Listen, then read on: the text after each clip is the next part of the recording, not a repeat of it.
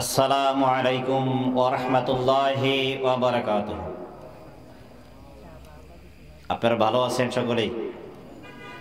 আমার সাথে কোনো রাগ আছে, গুসা আছে? সালামের জবাবটা অভিমান মনে হয়েছে যেমন একটু দেরি করে ফেলছি, রাগ করে আছেন। আসসালামু আলাইকুম ওয়া রাহমাতুল্লাহি ওয়া বারাকাতুহু।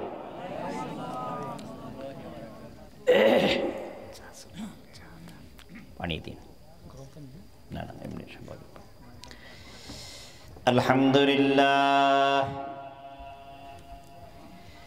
আলহামদুলিল্লাহ নাহমাদুহু ওয়া নাস্তাঈনুহু ওয়া নাস্তাগফিরুহ ওয়া নাউযু বিল্লাহি মিন শুরুরি আনফুসিনা ওয়া মিন সাইয়্যাতি আ'মালিনা।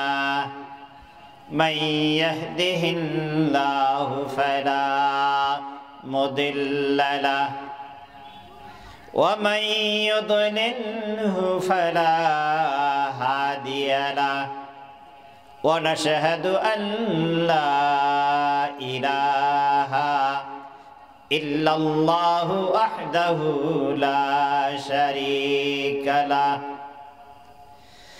ونشهد أن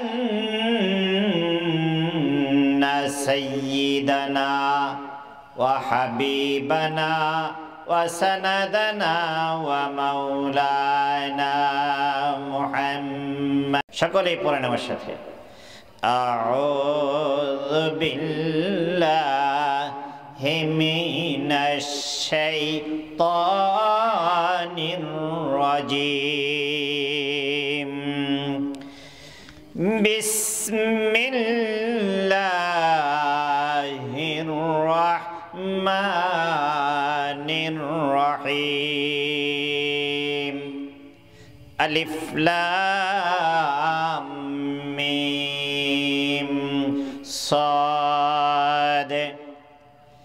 কিতাবুন উনজিলা ইলাইকা ফালা ইয়াকুন في صدرك حرج منه لتنذر به وذكرى للمؤمنين. وقال تعالى فمن يعمل مثقال ذرة خيرا يره ومن يعمل مثقال ذرة شرا يره. وقال تعالى بشان حبيبه إن الله وملائكته يصلون على النبي يا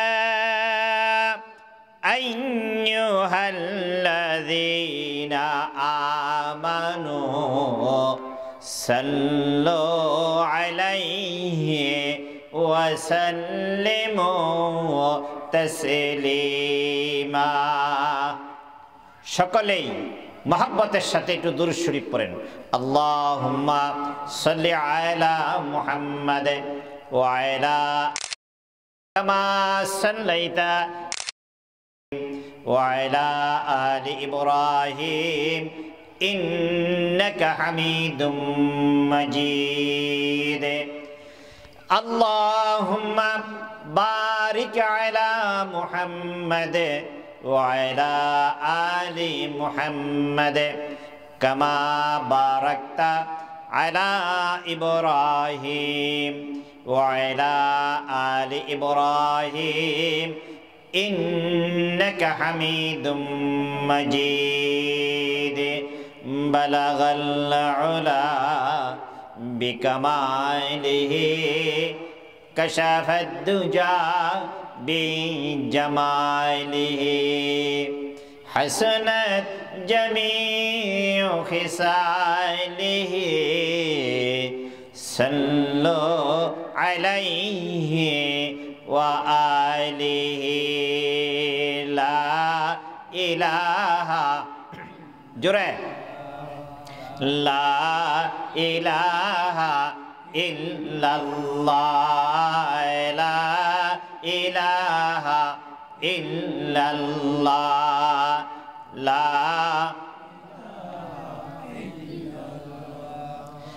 লা ইলাহা ইল্লাল্লাহ লা আকাশের মালিক যে আল্লাহ জমিনের মালিক সে আল্লাহ হায়াতের মালিক যে আল্লাহ মৌতের মালিক সে আল্লাহ লা ইলাহা জোরে লা ইলাহা ইল্লাল্লাহ লা হাসবি রব্বি জাল্লাল্লাহ মা ফি কলবি গায়রুল্লাহ নূর মুহাম্মদ সাল্লাল্লাহ লা ইলাহা লা ইলাহা ইল্লাল্লাহ লা ইলাহা ইল্লাল্লাহ মুহাম্মাদুর রাসূলুল্লাহ সাল্লাল্লাহু আলাইহি ওয়াসাল্লাম। কোন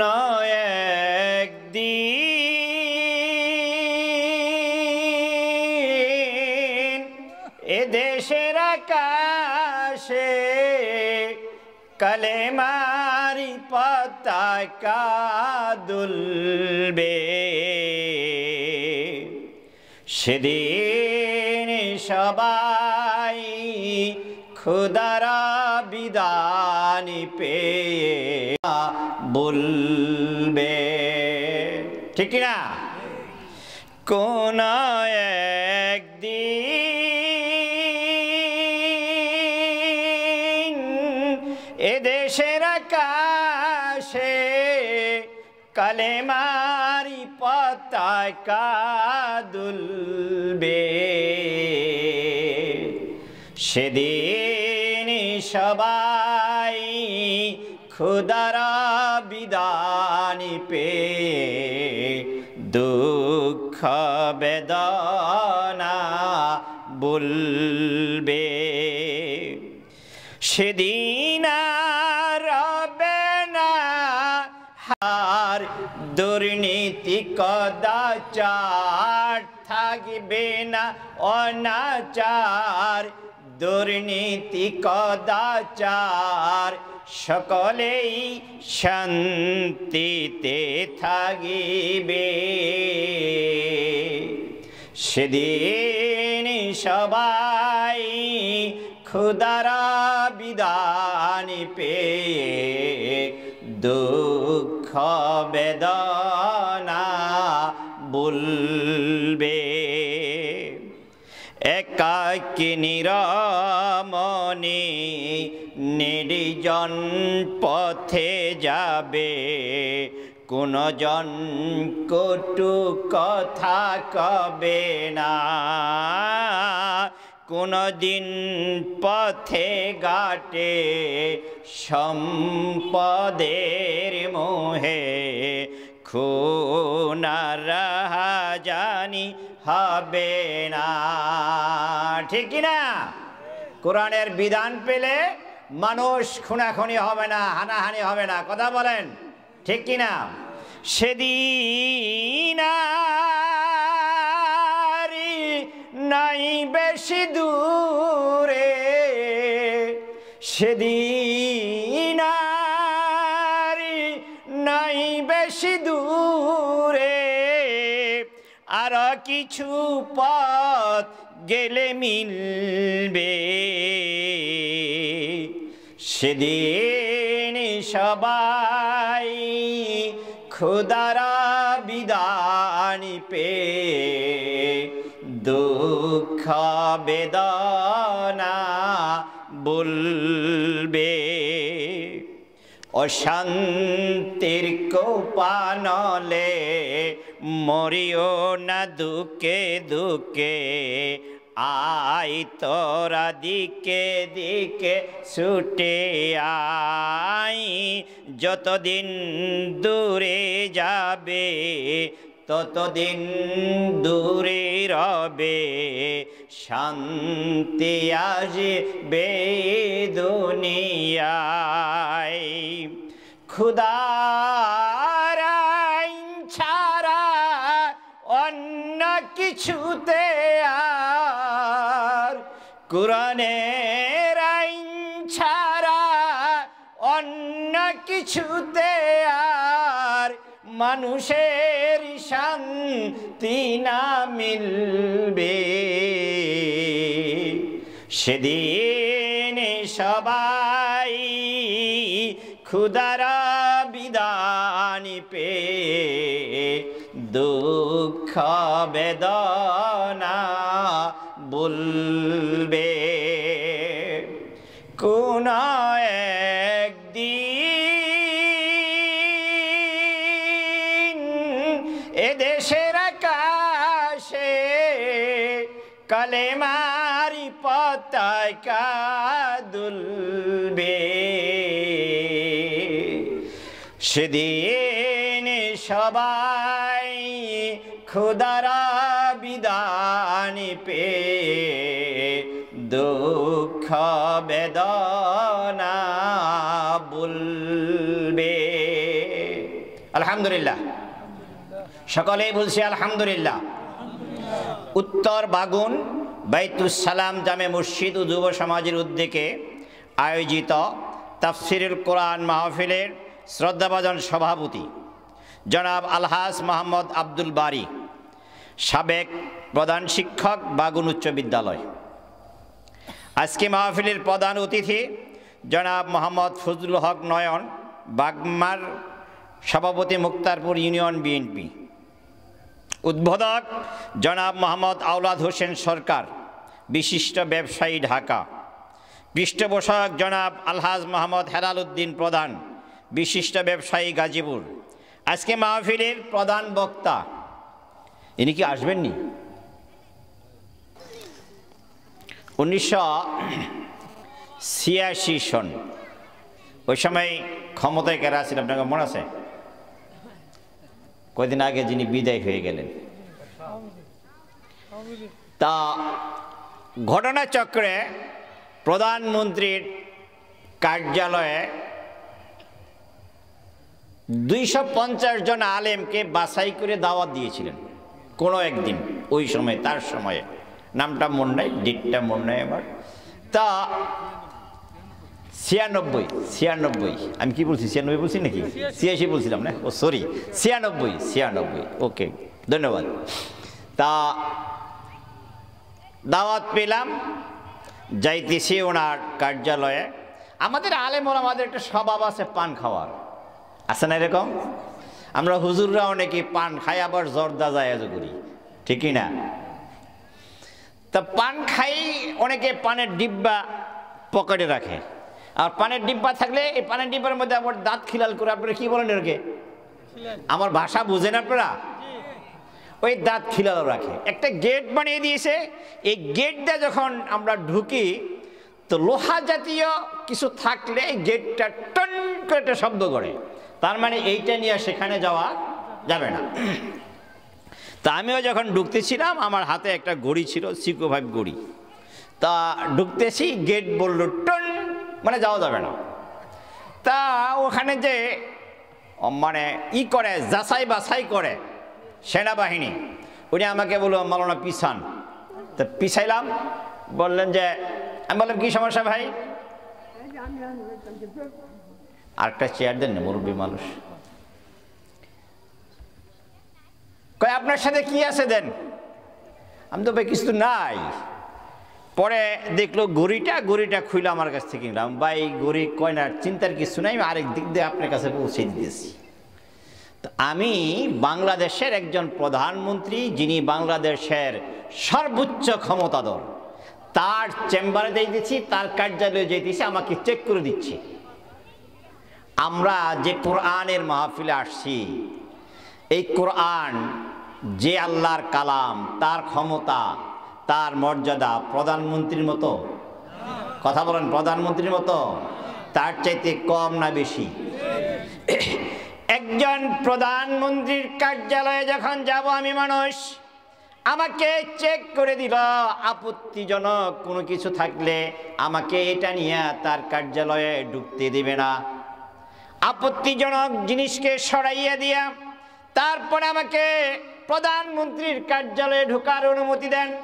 মাত্র একটা বাংলাদেশের যিনি সবচেয়ে ক্ষমতাধর ব্যক্তি, তার কার্যালয়ে ঢোকার জন্য যদি আমাকে চেক করে দেয়, আর তার যদি সেনাবাহিনী থেকে থাকে, যে রব্বুল আলামিনের সারা পৃথিবীর মালিক, সারা আলমের মালিক, সমস্ত আসমান জমিন যে যেখানে যা আছে সব কিছুর মালিক যিনি, ওই আল্লাহর ক্ষমতা, ওই আল্লাহর মান মর্যাদার জন্য, ওই আল্লাহর কার্যালয়ে যাওয়ার জন্য, ওই আল্লাহর কোরআন শোনার জন্য যদি আপনি তার কার্যালয়ে যান, তার কোরআনের মাহফিলে যান, আপনাকেও আল্লাহ রব্বুল আলামিন তার সেনাবাহিনী দিয়া চেক করে করে পাঠাইয়া দেন।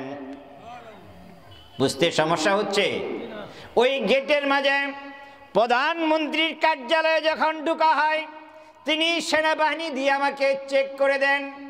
আমার আল্লাহর কার্যালয়ে তার কোরআনের কথা যখন শুনতে এসছে, ওই গেটের মাঝে আল্লাহ রব্বুল আলামিন তার সেনাবাহিনী ফেরেশতা দাঁড় করে রেখেছেন, আর বলতেছেন আমার বান্দারা যখন আমার কোরআনের মাহফিলে যাবে, তার শরীরে দুর্গন্ধযুক্ত কোনো পাপ রাশি রাখা যাবে না।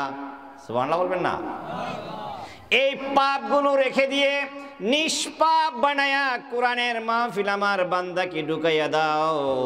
আমার বান্দার শরীরে কোনো রূপ পাপ রাশি রেখে আমার বান্দাকে কোরআনের মাহফিলে ঢুকতে দেওয়া যাবে না।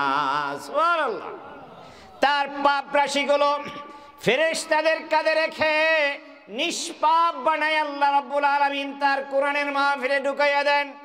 ফেরেশতারা বলতে থাকেন, ও আল্লাহ, তোমার বান্দাকে তুমি আর ভালো লেগেছে বিদায়, তুমি পছন্দ করেছো বিদায় তোমার কোরআনের মাহফিলে আসার সুযোগ করে দিয়েছ। তুমি পছন্দ না করলে তোমার কোরআনের মাহফিলে তোমার বান্দাকে আসতে দেওয়া যেত না। তুমি পছন্দ করেছো বিদায় তোমার বান্দাকে আসার সুযোগ করে দিয়েছ। তার পাপ রাশিগুলো আমাদের কাঁধে কেন? হয় তুমি মাফ করে দাও, না হয় তোমার বান্দাকে তোমার কোরআনের মাহফিল থেকে বের করে দাও। আল্লাহ রাব্বুল আলামিন বলবেন, ও আমার ফেরেশতা, তোমরা সাক্ষী থাইকো, আমি যে আল্লাহ আমার বান্দাদের কাঁধ থেকে গুনাহগুলো জড়াইয়া দিয়েছি, আর কাঁধে ঢুকাতে চাই না রে ফেরেশতা। আমার নাম রহমান, আমার নাম গাফফার, আমার নাম গাফফার। ও আল্লাহ ফেরেশতা, তোমরা সাক্ষী থাইকো, আমি আল্লাহ আমার যে বান্দার কাঁধ থেকে গুনাহগুলো সরাইয়া দিয়েছি, আর তার কাঁধে ঢুকাতে চাই না। তার জীবনের গুনাহগুলো মাফ করে বেগুনাহ মাসুম বানাইয়া কোরআনের মাহফিল থেকে বের করব। ঠুকছি না জিতছি? জোরে বলেন, ঠুকছি না জিতছি? এই জন্য সকলেই আবার জোরে সোরে বলছি আলহামদুলিল্লাহ। রব্বানা লাকাল হাম। আরো জোরে বলতে হবে, রব্বানা লাকাল হাম হামদান কাসীরান তাইয়িবান মুবারাকান ফি। প্রশংসা করলাম কার? জোরে বলেন কার? ওয়াজ মাহফিলে সে প্রশংসা কার? ভাত খায়া প্রশংসা কার? ঘুম থেকে উঠে প্রশংসা কার? ভালো সবজি খায়া প্রশংসা কার? ঘুষ খায়া প্রশংসা কার? আমাদের দেশে আছে না নাই? কথা বলেন, আছে না নাই? আমরা দরুদ ও সালাম পেশ করছি মানবতার মুক্তির দূত, মহান শিক্ষক সৈয়দুল মুরসালিন আশরাফুল আম্বিয়া নবিকুল শিরোমণি মুহাম্মাদুর রাসূলুল্লাহ সাল্লাল্লাহু আলাইহি সাল্লামের প্রতি। সম্মানিত হাজিরিন, মানুষ একেবারে কম লাগতেছে, যা কয়জনই আছেন আমার সাথে কথায় শেয়ার করতে হবে। আজকের সভাপতি প্রধান শিক্ষক, উনি শিক্ষক মানুষ, আমিও শিক্ষক মানুষ। শিক্ষকরা এটা জানে ছাত্ররা যদি কথায় শেয়ার না করে তাহলে কথা মজা লাগে না, কি বলেন স্যার? তা কাজেই আমার সাথে কথা শেয়ার করতে হবে। রাজি আছেন আপনারা? আমার সাথে রাগ টাগ নাই তো? বিশ্বনবী বলেন যেই জায়গায় কোরআনের কথা হবে, হাদিসের কথা হবে, আল্লাহ আল্লাহ রাসূলের কথা হবে, বিশ্বনবী বলেন প্রত্যেকটা কথার বিনিময়ে যিনি বলবেন, যিনিরা শুনবেন, উভয়ের আমলনামায় 1 বছর নফল ইবাদতের সওয়াব দিয়ে দিবেন। মানুষের সবচেয়ে প্রধান দুশমন নাম কি? যারা বলেন শয়তান। চিনেন না আপনারা? তারা দেখছেন? দেখেন নাই। শয়তান দেখেন নাই, কিন্তু শয়তান মানে ভর করতেছে, এটা উপলব্ধি করতে পারবেন। এই পথ আপনাদেরকে বলে দেব, শুনতে রাজি আছেন তো ইনশাল্লাহ? এটা কোন দিক বলেন? পূর্ব দিক। আমরা অনেক সময় অনেক জায়গায় আসি না, যাইয়া দিক ভুলে যাই, আসি না এরকম? দিক ভুলে গেলে বুঝতে পারি আমার দিকটা ভুলে ফেলছি, আমার দিকটা সঠিক নাই, মানে আমি যে দিকটা ভুলে ফেলছি এটা উপলব্ধি করা যায়। তো কাজেই শয়তান আমাদের প্রধান দুশমন। আমাকে শয়তান বর করেছে, এইটা যাতে উপলব্ধি করতে পারি, এই সবকটা আজকে দিয়ে দিব। নিয়ে যেতে রাজি আছেন ইনশাল্লাহ? এই পৃথিবীতে আমাদেরকে পাঠালেন কে? জুড়ে বলেন। আল্লাহ পাঠাইছেন। আমরা কি নিজের ইচ্ছায় আসতে পারছি? নিজের ইচ্ছায় যদি আমি আসতে পারতাম তাহলে আজকে লক্ষ লক্ষ টাকা ব্যয় করে কিছু মানুষ আমেরিকা যায়, কিছু মানুষ লন্ডন যায়, আবার কিছু মানুষ যারা ধর্মীয় বেশি বিশ্বাসী, ধর্মীয় বেশি আবেগী, তারা সৌদি আরব যায়। কথা বলেন ঠিক কিনা? আমার ইচ্ছায় আমি আসতে পারছি, আবার আমার ইচ্ছায় আমি যেতেও পারবো না। এই পৃথিবীতে আমি যতদিন থাকবো, যতদিন আমি বসবাস করব, এই জন্য আল্লাহ রাব্বুল আলামিন আমাকে পাঠাইছেন, দিক নির্দেশনাও তিনিই দিয়েছেন। কথা বলেন ঠিক কিনা? বিশ্বনবী মুহাম্মদ রাসূলুল্লাহ সাল্লাল্লাহু আলাইহি সাল্লাম বলেন, পৃথিবীতে আমার আল্লাহ আমাদেরকে পাঠাইছেন, এই জন্য তিনি একটা গাইডলাইন আমাদেরকে দিয়ে দিয়েছেন, যে গাইডলাইন নাম হলো কোরআন। গাইডলাইনের নাম কি? জোরে বলেন কি? আল্লাহ বলেন, কিতাবুন উনসিলা ইলাইকা হারাজুম মিনহু লিতুনযিরা বিহি ফালা ইয়াকুন ফি সাদরিকা হারাজুম মিনহু লিতুনযিরা বিহি ওয়া যিকরা লিল মুমিনিন। আল্লাহ বলেন, ও আমার নবী, আপনাকে আমি যে কোরআন দিয়েছি, এই কোরআনের কথা যখন মানুষের কাছে বলবেন, আপনি কোনো সংশয় করবেন না, আপনি কোনো ভয় করবেন না, আপনার ভিতরে কোনো দ্বিধা দ্বন্দ্ব যেন না থাকে আপনার অন্তরের ভিতরে, কারণ এইটা দিয়া মানুষকে আপনি উপদেশ দিবেন। বলেন সুবহানাল্লাহ। এখন ভয় করা, সংশয় করা, এটা কেন? ওই সময়ও কোরআন আল্লাহ রাসূল বলেছেন, আর এক শ্রেণীর মানুষ আছে কোরআনের কথাগুলো মহব্বতের সাথে গ্রহণ করেছেন, আবার এক শ্রেণীর মানুষগুলো আছে জীবন দিয়াও হলো তার বিরোধিতা করেছেন। কথা বলেন, এই শ্রেণীর মানুষ আজকে আছে না নাই? কথা বলেন, আছে না নাই? নবী মুহাম্মদ রাসূলুল্লাহ সাল্লাল্লাহু আলাইহি ওয়াসাল্লাম কোথাও যেতেছেন, দেখেন আবু জেহেল এক জায়গায় দাঁড়ায়া বেশ কিছু মানুষ নিয়ে সমবেত হয়ে তার রাজনৈতিক মঞ্চ বড় করতেছে, মানুষকে উদ্বুদ্ধ করতেছে। উনি বক্তা ভালো আছিল। আমাদের দেশে এক বক্তা ছিল না আগে, যে সারা বাংলাদেশের মানুষ একত্রিত করে ফিরছিল, হাসান ইসাগুইয়া নাম আপনারা ওদের কাছে নিতে চাই না, আপনারা বুঝছেন তো কিছু।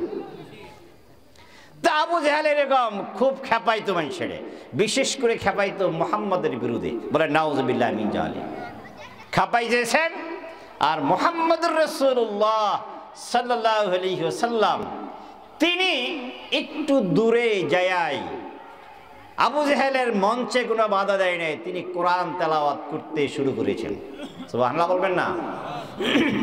আবু জেহেলের বক্তৃতা, ওদিকে মুহাম্মদ রাসূলুল্লাহ সাল্লাল্লাহু আলাইহি সাল্লামের কোরআন তেলাওয়াত। দেখা গেল মানুষের অন্তরের মধ্যে এই কোরআন তেলাওয়াতের শব্দ যখন আসতে শুরু করলো, আস্তে আস্তে করে একজন একজন করে আবু জেহেলের শ্রোতা ভাগতে শুরু করলেন। সুবহানাল্লাহ বলবেন না? গান গায় দেশে মমতাজ, আবার ওয়াজ করে আমাদের দেশে আমির হামজা, আজকে যিনি আসতেছেন ইনিও, তারপরে মাওলানা মিজানুর রহমান আজহারি। এখন আজহারের বক্তৃতা যদি শুরু হয় আর মমতা টমতার গান যদি শুরু হয়, মানুষ কোন দিকে যাবে বেশি বলেন তো আপনারা? আজহারি ওয়াজে যাবে না? মানুষ আজহারের প্যান্ডেলের মধ্যে আস্তে আস্তে ঢুকতে শুরু করবেন। আর কোরআন তেলাওয়াত করতেছেন কে? মুহাম্মদুর রাসূলুল্লাহ সাল্লাল্লাহু, কথাকে আপনারা ভুলে যান নাকি? কোরআন তেলাওয়াত কে করতেছেন? মুহাম্মদুর রাসূলুল্লাহ সাল্লাল্লাহু আলাইহি ওয়াসাল্লাম। শ্রোতা একজন করে ভাগতে শুরু করেছেন। ভাগতে ভাগতে ভাগতে ভাগতে আবু জেহেলের প্যান্ডেল খালি, মুহাম্মদুর রাসূলুল্লাহ সাল্লাল্লাহু আলাইহি ওয়াসাল্লামের প্যান্ডেল ভর্তি। সুবহানাল্লাহ! আবু জেহেল খুশি না বেজার? বলেন খুশি না বেজার? আবু জেহেল রাগান্বিত হয়ে একটা পাথর নিয়ে, শ্রোতাগুলো বসে আছেন, আবু জেহেল বক্তৃতা করছে, এমন ভাবে শ্রোতাদেরকে উপেক্ষা করে সমস্ত শ্রোতাদের উপর দিয়ে একটা পাথর ঢিল ছুঁড়েছেন, যে লাগতো লাগ মুহাম্মদুর রাসূলুল্লাহর মাথায় লেগেছে। আল্লাহ রাসূলের মাথা ফেটে গিয়ে ফিনকি দিয়ে রক্ত বের হয়ে তিনি অজ্ঞান হয়ে জমিনে পড়ে গেলেন। আবু জেহেল তখন ক্ষমতার মালিক, রাষ্ট্র ক্ষমতায় রয়েছেন, এই জন্য তাকে কেউ কিছু বলতে পারে নাই। সকলে আবু জেহেলের ভয়ে একজন একজন করে চলে গেলেন। একটা সময় আমাদের পার হয়েছে, এদেশে নাটকের অনুমতি লাগে নাই, যাত্রার অনুমতি লাগে নাই, আপনাদের এই ছোট্টখাট্ট কোরআনের মাহফিল করতে অনুমতি লাগছে। কথা বলেন ঠিক কিনা? ৩-৪ জায়গায় অনুমতি নেওয়া গেছে। তারপরও আবার মোবাইলে ওসিরা মোবাইলে সার্চ করে দেখছে যে বক্তার ওয়াজ হবে, এই বক্তা কোন ধরনের। যদি বক্তা উচিত কথা কিছু কয় তাহলে তাকে মাহফিল করতে দেয় নাই। কথা বলেন ঠিক কিনা? আবু জেহেলের রাষ্ট্র ক্ষমতায়, আজকে কি আপনাদের অনুমতি লাগে? কথা বলেন অনুমতি লাগে? এই যে কথাটা বললাম, এটা ওই সময় বলতে তো সাহসের দরকার হয়েছে, এখন বলতে ভয় পাইছি। আবু জেহেল রাষ্ট্র ক্ষমতায়, কেউ তার ভয়ে কিছুই বলতে পারে নাই। মুহাম্মদ রাসূলুল্লাহ জ্ঞান হারিয়ে পড়ে গেলেন। আমির হামজার বাড়ির পাশেই ছিল এই ঘটনা। আমির হামজার স্ত্রী তখন দূর থেকে দেখেছে, যায়া আমির হামজার স্ত্রী তাকে যায়া জড়াইয়া ধরেছে। চাচি, আমির হামজার স্ত্রী রাসূলের, বলেন বলেন, চাচি দূর থেকে দেখেছে যে আমির হামজার মাথাটা তার উরুতে নিয়ে বললেন, বাবারে কে তোকে ভাবে মারলো? তিনি মেয়ে মানুষ, এমনি রক্ত দেখলে মনটা গলে যায়, ঠিক কিনা? তাদের মনটা বড় কোমল। তিনি কাঁদতেছেন। বিশ্বনবী বলেন, চাচি গো, আমার মা আমেনা আজকে পৃথিবীতে নাই, আমার বাবা আব্দুল্লাহ আজকে পৃথিবীতে নাই। ও চাচি, আমি মা হারা, আমি বাবা হারা, এতিম সন্তান বলে আবু জেহেলের মতো মানুষ আমাকে এইভাবে মেরে রেখে গেল। চাচি গো, আমার মা নাই, আমার বাবা নাই। আমার মা আমেনা যদি থাকতো, আমার বাবা আব্দুল্লাহ যদি আজকে পৃথিবীতে বেঁচে থাকতো, আবু জেহেলের মতো মানুষ আমাকে এভাবে মারতে পারতো না গো চাচি। আমির হামজা এসে দেখেন বাতিজার এই অবস্থা, বাতিজাকে এমনি ভাবে দেখে আমির হামজার মেজাজ গরম হয়ে গেল। বলল, বাতিজা, তোর বাবা আব্দুল্লাহ বেঁচে নাই, তাতে কি আছে? আমি তোর চাচা বেঁচে আছি। তুই দেখ, তোর চোখের সামনে অল্প সময়ের মধ্যেই আবু জেহেলের কল্লাটা কেটে 2টা খণ্ড করে দিব। বিশ্বনবী বলেন, চাচা গো, আমার প্রতিশোধ নিতে যায়া আমার চোখের সামনে যদি আবু জেহেলের কল্লাটা খণ্ড খণ্ড করে দেন, যতটুকু শান্তি পাবো গো চাচা, তার চাইতে বেশি শান্তি পাবো একটি বার যদি কোলে নিয়ে পড়েন লা ইলাহা ইল্লাল্লাহু মুহাম্মাদুর রাসূলুল্লাহ লা ইলাহা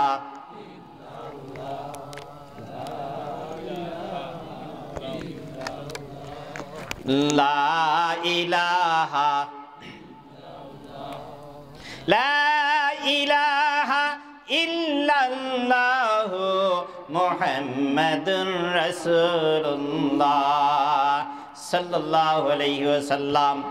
আমির হামজা বলেন, ভাতিজা আমার ভুল ভেঙে গেছে, তোমার শরীর থেকে রক্ত ঝরছে দেখছি, তুমি যদি সত্যিকারে নবী না হইতা তাহলে তুমি এ কথা বলতে পারতা না। ভাতিজা আমার ভুল ভেঙে গেছে, তুমি আমাকে পড়াইয়া নাও লা ইলাহা ইল্লাল্লাহু মুহাম্মাদুর রাসূলুল্লাহ সাল্লাল্লাহু আলাইহি ওয়াসাল্লাম। কাজেই কোরআনের কথা ওই সময়ও বিরোধিতা আবু জেহেলের গোষ্ঠীরা, আবু জেহেলরা করছে, কথা বলেন ঠিক কিনা? আর এখনো আবু জেহেলের কিছু চেলাফেলা আছে, ওই কোরআনের বিরোধিতা তারা এখনো করে, কথা বলেন। আরেকটা কথা বলেই আমি আমার সামনের দিকে যাব। হজে গেছেন কারা কারা, একটা হাত উঠিয়ে দেখেন তো কারা কারা হজে গেছে। আবু জেহেলের বাড়ি আর রাসূলের বাড়ি কাছাকাছি, ঠিক কিনা? আবু জেহেলের বাড়িটা রাসূলের বাড়িটা কাছাকাছি। তা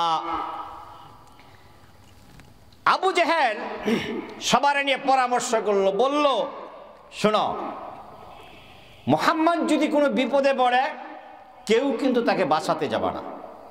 মানে প্ল্যান হলো মুহাম্মদকে দুনিয়া থেকে শেষ করে দিবে।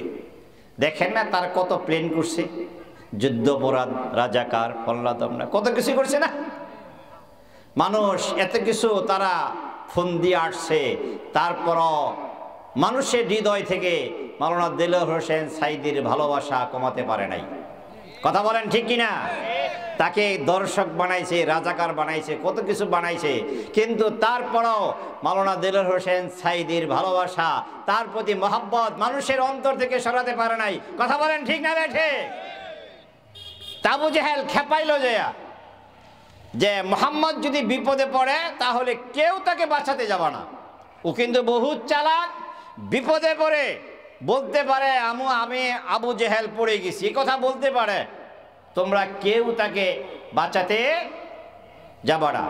কথা বুঝতেছেন আপনারা? আবু জেহেল করছে কি, তার বাড়ি থেকে একটু দক্ষিণ পার্শ্বে ছোট্ট একটা গর্ত করে রাখছে, এবং এই গর্তটা এখন তো আল্লাহ রহমতে পাকা টাইলস করা, তখন তো আর এরকম ছিল না। তা পাতা টাতা দিয়ে কিছু ঢেকে রাখছে। ভোরে আবু জেহেল দেখবে যে মুহাম্মদ এদিক দিয়ে নামাজ পড়তে যাবে আর কেউ থাকবে না, নীরব থাকবে। ও যখন গাতায় পড়ে যাবে আমি আবু জেহেল এই মাটি চাপা দিয়ে মেরে ফেলবো, কেউ দেখবে না। পৃথিবীর কেউ না জানলেও একজন জানেন, তিনি যেটা বলেন তিনি আল্লাহ। বাঁচালে কেউ মারতে, আর আল্লাহ না বাঁচালে কেউ বাঁচাতেও। হঠাৎ করে আবু জেহেল চিন্তা করলো, একটু ঘুম আসছিল, ঘুমের থেকে উঠে চিন্তা করলো যে মুহাম্মদ মনে হয় পড়ে গেছে, একটু যাই দেখি পড়লো কিনা। গেছেন, যাইয়া আস্তে করে উকি দিছে, বালি বালি বমি তো, ফুস করে আবু জেহেল পড়ে গেছে। সুবহানাল্লাহ বলবেন না? বাংলায় একটা কথা বলে, পরের জন্য কুয়া খুঁজলে নিজে পুড়ে মরে, বলতে হয় বলেন এরকম। আবু জেহেল পড়ে গেল, এবার উঠার কোনো কায়দা নাই, এমন এতটুকু গর্ত করেছে যেই গর্ত থেকে একা উঠতে পারবে না অন্য যদি কেউ সহযোগিতা না করে। এবার চিৎকার দেয়, বাঁচাও বাঁচাও, আমাকে বাঁচাও বাঁচাও। চিৎকার শুনে আবু জেহেলের অনুসারীরা বালিশ থেকে মাথা আঙ্গায়ে শুনে মনে হয় নেতার শব্দ, কিন্তু নেতাই তো আগের দিনই বলছে মুহাম্মদ আমার কথা বলবে, কেউ তাকে বাঁচাতে যায় না। মনে আছে না কথা? সবাই আবার মাথা বালিশের মধ্যে দেয়, দিয়া বলে মরে মরুগা মুহাম্মদ, বলে নাউজুবিল্লাহ। এবার বারবার যখন চিৎকার দেয় অনুসারীরা বুঝতে পেরল এটা মুহাম্মাদের কণ্ঠ নয়, আমাদের নেতার কণ্ঠ। একজন দুইজন করে তার অনুসারীরা কূপের কাছে আইসা দেখে নেতাই পড়ে গেছে। জিজ্ঞেস করলো, নেতা এখানে কেমনে পড়লেন? আবু জেহেল বলে, কে বা কারা একটা কূপ খনন করে রেখেছে, আমি পড়ে গেলাম হঠাৎ করে, জলদি করে আমাকে তোল, মুহাম্মদ দেখলে বেইজ্জতি হয়ে যাব। সুবহানাল্লাহ।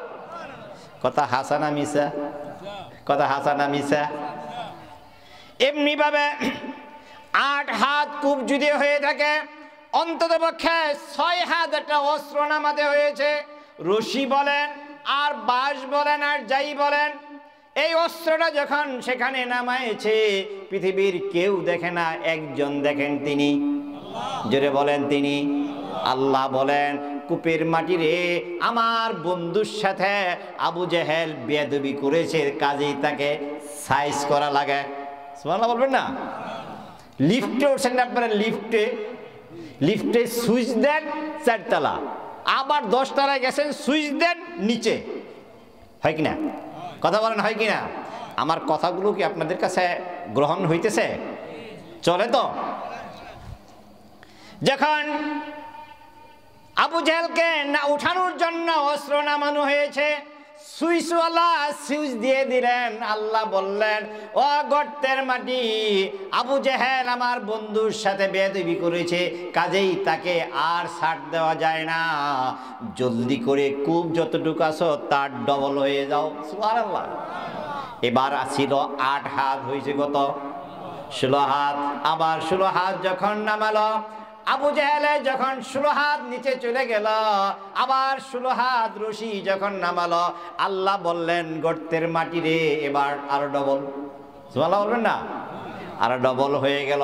অবস্থা এরকম হলো, নিচের থেকে উপরে বাতি, মিটমিট বাতি দেখা যায়, আর উপর থেকে নিচেই কিছুই দেখা যায় না। আবু জেহেল নিচের থেকে চিৎকার দিয়ে বলল, ও আমার বন্ধুরা, সহযোগীরা, শুনে রাখো, আমাকে এই কূপ থেকে উঠানোর মতো ক্ষমতা একজনই পৃথিবীতে আছে, তিনি মুহাম্মাদুর রাসূলুল্লাহ সাল্লাল্লাহু আলাইহি সাল্লাম। কাজেই তোমরা ব্যর্থ চেষ্টা করতে যাবে না, আমাকে এখান থেকে আর বাঁচাতে পারবে না, দেখো মুহাম্মদ আসে কিনা। এমনি সময় বিশ্বনবী তার বাসা থেকে বের হয়ে কাবা ঘরের দিকে রওনা হয়েছেন।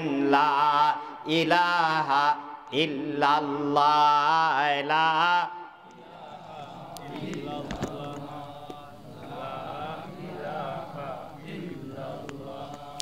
লা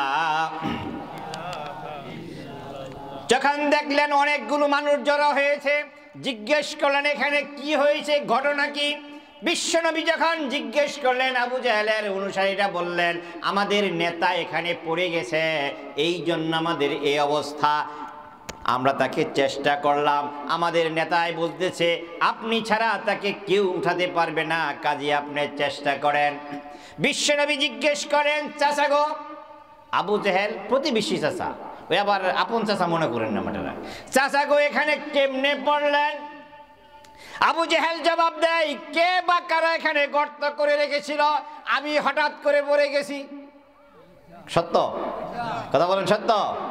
বিশ্বনবী বলেন, চাচা গো সত্যিকারে বলেন, কেমনে পড়লেন, গর্তই বা কে করেছে? আবু জেহেল এবার জবাব দেয়, বাতিজা, মিথ্যার আশ্রয় নিয়ে লাভ নাই, তোমাকে ফালানোর জন্যই আমি এই গর্তটা করেছিলাম, এখন নিজেই পড়ে গেছি বাতিজা, আমার ঈমান এসে গেছে, তুমি মুহাম্মদ ছাড়া আমাকে এখান থেকে কেউ বাঁচাতে পারবে না। সুবহানাল্লাহ। আল্লাহ রাসূল বললেন, চাচা, যেহেতু আপনার বুঝ হয়েছে আমি ছাড়া কেউ এখান থেকে উঠাতে পারবে না, কাজেই আপনি ওখান থেকে একটু পড়ে নেন, লা ইলাহা ইল্লাল্লাহু মুহাম্মাদুর রাসূলুল্লাহ সাল্লাল্লাহু আলাইহি ওয়াসাল্লাম। আবু জেহেল বলে, চাচা, আবু জেহেল বলে, বাতিজা, তুমি আমাকে উঠাও, উঠেই তোমার কালেমাটা পড়ব। আমি আর আপনি হলে বলেন কি করতাম? উঠাইতাম? তোরা বলেন, উঠাইতাম? আমি আর আপনি যদি হইতাম তোরা বলতাম, ঠিক আছে থাকো, তো আমি গেলাম, ঠিক কিনা? আর রাসূল তার করুণ কথা শুনে মনটা ঘুরে গেছে। ওয়ামা আরসালনাকা ইল্লা রাহমাতাল লিল আলামিন। আল্লাহু আকবার। আল্লাহর রাসূলকে আল্লাহ সারা বিশ্বের জন্য রহমত হিসাবে প্রেরণ করেছেন। মাত্র বিসমিল্লাহ বলে ডান হাতটা মেলে দিয়েছেন, আল্লাহর আরশে আজিম থেকে সুইচ দিয়েছেন, এবার নিচ থেকে একেবারে আমার রাসূলের হাত পর্যন্ত আবু জেহেল উঠে গেলেন। সুবহানাল্লাহ। উইঠাই বলে তুমি জাদু কুয়াত লাগাইছো, তোমার কালমা আমি পড়বো, মাইয়াহদিহিল্লাহু ফালা মুদিল্লা লাহু ওয়া মাইয়ুদলিলহু ফালা হাদিয়া লাহু। আল্লাহ যাকে হেদায়েত দেন কেউ তাকে পথ ভ্রষ্ট করতে পারে না, আর আল্লাহ যাকে হেদায়েত না দেন কেউ তাকে হেদায়েত দিতে পারে না। সুতরাং ওর কপালে হেদায়েত নাই, আছে কি? নাই। যদি থাকতো তাহলে ও হেদায়েত পাইতো। কথা বলেন ঠিক কিনা? সুতরাং আমি বলতেছিলাম কথাটা এইটাই যে বিশ্বনবী মুহাম্মদ রাসূলুল্লাহ সাল্লাল্লাহু আলাইহি সাল্লাম তিনি কোরআনের কথা বলেছেন, এক শ্রেণীর মানুষ বিরোধিতা করেছে, আরেক শ্রেণীর মানুষ সাদরে গ্রহণ করেছে। আমরা গ্রহণের পক্ষে। কথা বলেন, আমরা গ্রহণের পক্ষে রাজি আছি ইনশাআল্লাহ। আমি কিছু কথা বলবো, যদি আমাদের কারো কাছে খারাপ লাগে বুঝতে হবে আমাকে শয়তান দংশন করতেছে। মুরব্বীরা কথা বলতেন, মানুষকে সাপে যখন কাটে দংশন করে তখন এইটা পরীক্ষা করার জন্য মুখে লবণ দিত আর গায়ে চিমটি কাটত। লবণ দিলে যদি তিক্ত লাগে, গায়ে চিমটি কাটলে যদি ব্যথা লাগে, বুঝতে হবে তাকে বিষাক্ত সাপ কামড়ায় নাই। কি দাদা ঠিক আছে? বুঝতে হবে তাকে বিষাক্ত সাপ কামড়ায় নাই, কারণ তার অনুভূতি ঠিক আছে। আর যদি মুখে লবণ দিলে তিতা না লাগে আর গায়ে চিমটি কাটলে যদি ব্যথা না লাগে, বুঝতে হবে তাকে বিষাক্ত সাপ কামড়াইছে। কোরআনের কথা বললে যদি আমার কাছে মজা না লাগে, ভালো না লাগে, বুঝতে হবে আমাকে আমার উপরে শয়তান ভর করেছে। কথা বলেন ঠিক কিনা? বিয়ে করানোর পরে এই ভদ্রলোক অভদ্রলোক তার মাকে বউয়ের বুদ্ধি দিয়ে ফুসকাইতেছে যে আম্মার যে জায়গা হানি আছে না, এই জায়গা হানি আমরা সারার কেরা আছে, আমগই তো দিব। তাই তো আমার কাছে কই লইল জায়গাটা। তা মারা যে বলতেছে, মা বাবা তো নাই। হ্যাঁ, যে তোমার এই সম্পত্তির মালিক তো আমি। তুই তো তোর সম্পত্তিটা লেখা দাও। কে বলতেছে যে লেখা দাও লাবকে, আমি মরে গেলে তুই পাবি, তোর বাবাটা যেরকম তুই পাইছস আমারটাও তুই পাবি। আর বারবার যখন মাকে এভাবে রিকোয়েস্ট করে তো মা লিখে দিয়ে দিছে, যা লজাই রেস্টুরেন্টের বিষয়ে লিখে দিয়ে দিই। এখন জমিটা যখন লেখা হয়ে গেছে, কয়েকদিন পরে 2-1 মাস পরে মা আর ছেলের মধ্যে দ্বন্দ্ব, মা আর শাশুড়ির মধ্যে দ্বন্দ্ব শুরু হয়ে গেল। এখন এই ভদ্র মহিলা তার বাসুরের ছেলে, আমাদের দেশে বাসুরপুত বলে, আপনারা কি বলেন? কথা বুঝতেছেন আপনারা? বাসুরপুত তাকে কাছে বিচার দিছে, মিয়াজি, আমাদের দেশে বাসুরপুত্রে মিয়াজি কয়, আপনাদের দেশে কি কয় বলেন এরকম? মিয়াজি অমুকে যায় আমার এরকম গালমন্দ করে, অমুকের বউ করে, তো তুমি একটু বিচারটা করো না। এখন চাষি রে বাসুরপুত বলতেছে, চাষি আপনার এই বিচার আমি করতে পারবো না, এই জন্য তো দায়ী আপনি। তবে আমি একটা পারবো, আমার মা নাই। চাষি আপনি যতদিন বেঁচে থাকেন আমার বাড়িতে আপনি থাকেন, আমার মার মর্যাদায় আমি আপনাকে রাখবো। সুবহানাল্লাহ। এখন চাষিকে ওই বাড়ি থেকে তার জ্যাঠাতো ভাইকে চাচাতো ভাইকে বলে, তার চাচাতো ভাইয়ের বউকে বলে, তোমাদের কাছে যদি আমার চাষি বেশি হয়ে থাকে আমার কাছে বেশি না, আমাকে দিয়ে দাও। নিয়ে এসে বসছে। ছেলে যদি ভালো হতো এই কাজ করতো?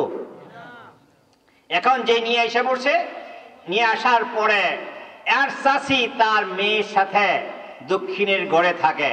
দক্ষিণের গড়ের পাশ দিয়ে আবার রাস্তা, ওই বাড়ির রাস্তা।